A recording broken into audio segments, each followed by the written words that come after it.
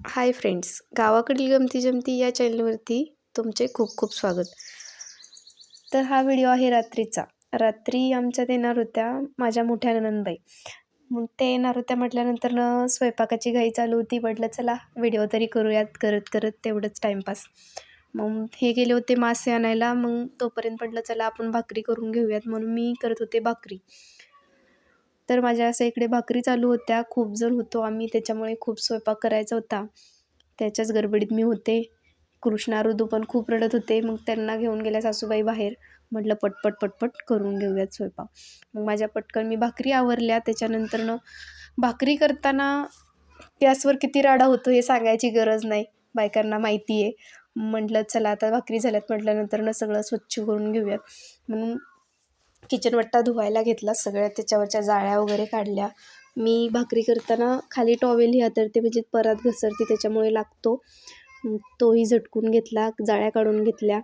सगळं त्याच्यावर ओट्यावरचे सगळे भांडे खाली मांडले आणि ओटा धुवायला स्टार्ट केला.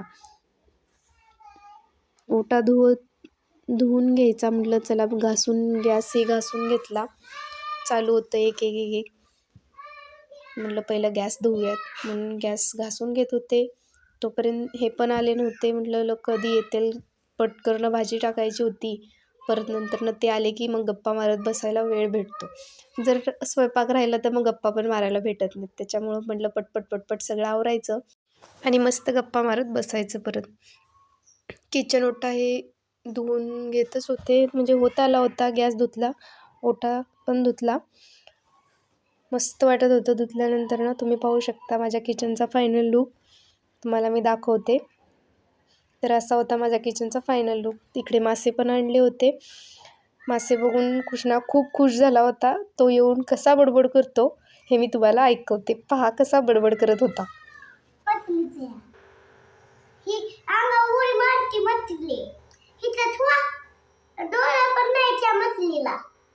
बघा कधी मसली आणल्यात फुटके बोकळं.